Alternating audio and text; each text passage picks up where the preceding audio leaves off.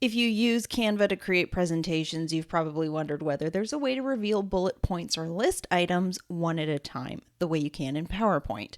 There is, and here's how it works.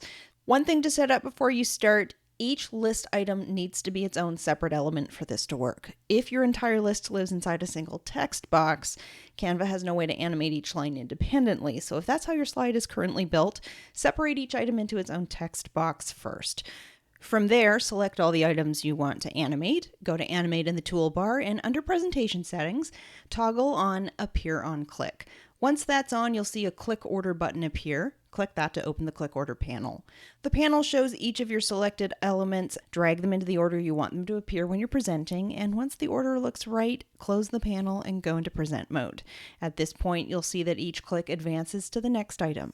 Now, if your list is more graphical in nature, for example, where a list item is made up of multiple elements like an icon and a text label together, there's one extra step. If you animate those elements individually, Canva treats each component as a separate click event, so your icon appears on one click and your text on the next. Not what you want.